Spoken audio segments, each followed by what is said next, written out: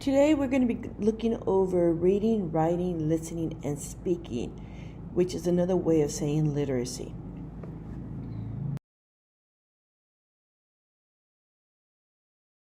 Now I want you to read this text.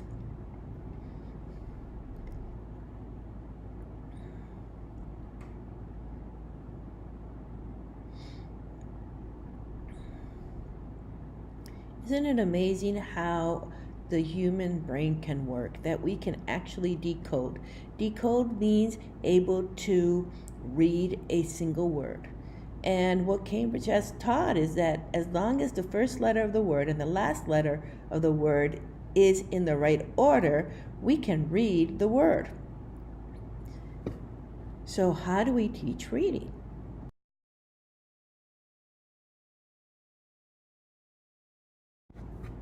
We can also read backwards. So, again, how do we teach reading?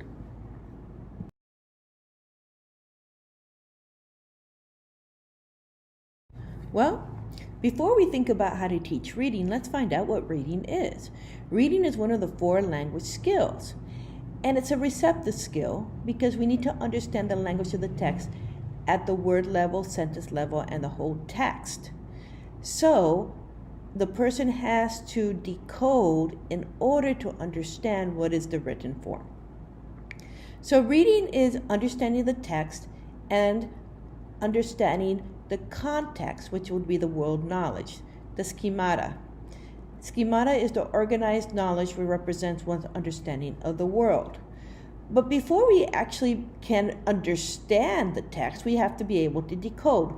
Decode is able to put the sounds of the words, put the sounds in the word together in order to say the word.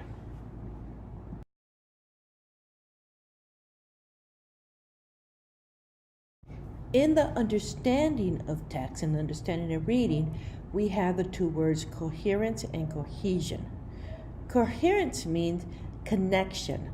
So when you're talking about the coherence of the student, they have to understand the connection between the sentence through world knowledge.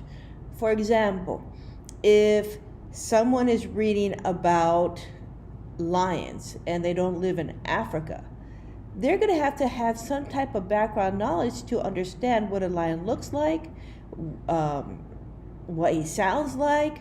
So one of the ways that we can acquire coherence is through pictures. So if there's a word or understanding that is not familiar within the contextualization of the child's life, we need to help them understand the content. And then we have cohesion, which is the grammar connection. And that's understanding the connection between grammar and vocabulary.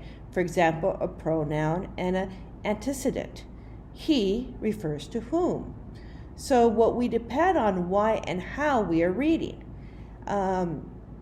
So, for example, reading a travel website to find some information about prices. By understanding the cohesion, we can understand the thought that that sentence is stating.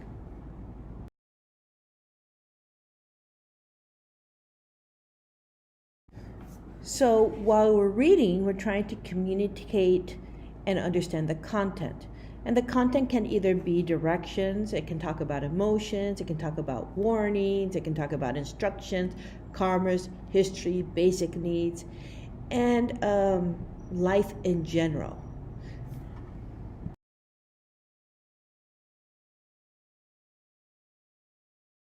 There are different reasons for reading. One is reading for information, like newspapers, or reading for pleasure, like books and fiction and poetry.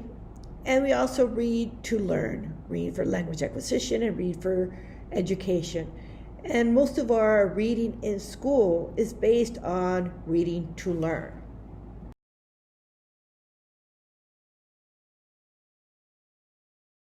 There are different types of reading. There's the extensive reading, where you're only reading for pleasure. This is where you're taking time to relax and read a book. It could be, if you like poetry, you read poetry. If you like to learn about the world, you read information about the world. If you like to read about stories, you read fiction books.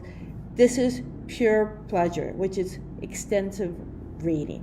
Now, graded readers are usually used inside the classroom, and they are with different levels of difficulty. So if a child is starting to learn how to read, they're going to read probably a book that has one sentence on each page, while you have another student in the same classroom that is already reading at grade level, then they might be reading a book that has 10 sentences a page. So the students are not reading the same book, but everybody's reading at the same time.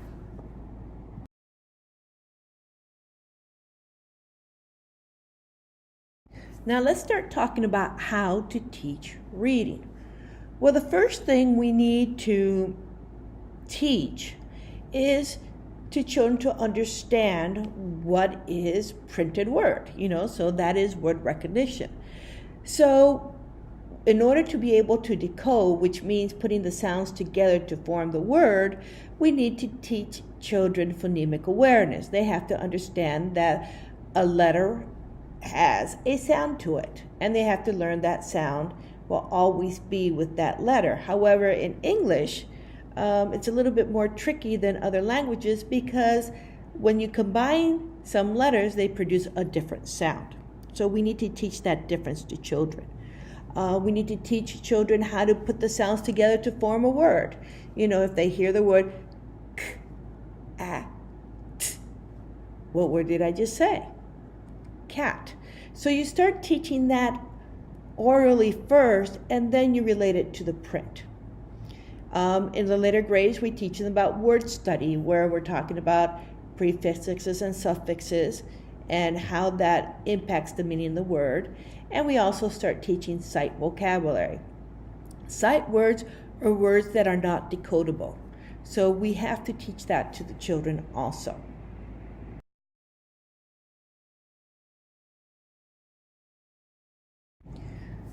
One of the reading strategies for word recognition is kinesthetics.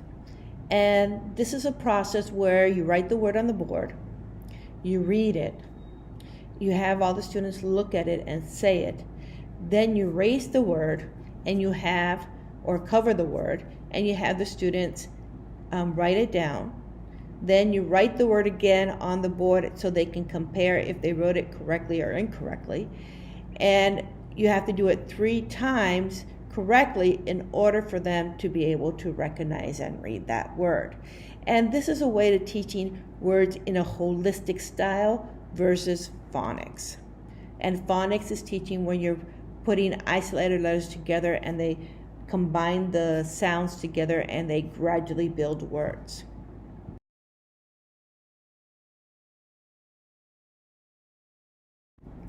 Reading process. Well, not only do they have to be able to recognize and to be able to say the words, they also have to understand what that word represents, and that is called comprehension. So in order to develop comprehension of the students, you have to activate prior knowledge, which is background knowledge. You need to teach them vocabulary words that are unknown to them, so when they read the word, they understand the meaning of the word. In comprehension, you also need to look for the purpose of reading. Are they reading for pleasure? Are they reading for information? Are they reading to learn? And to teach them the strategies for constructing meaning.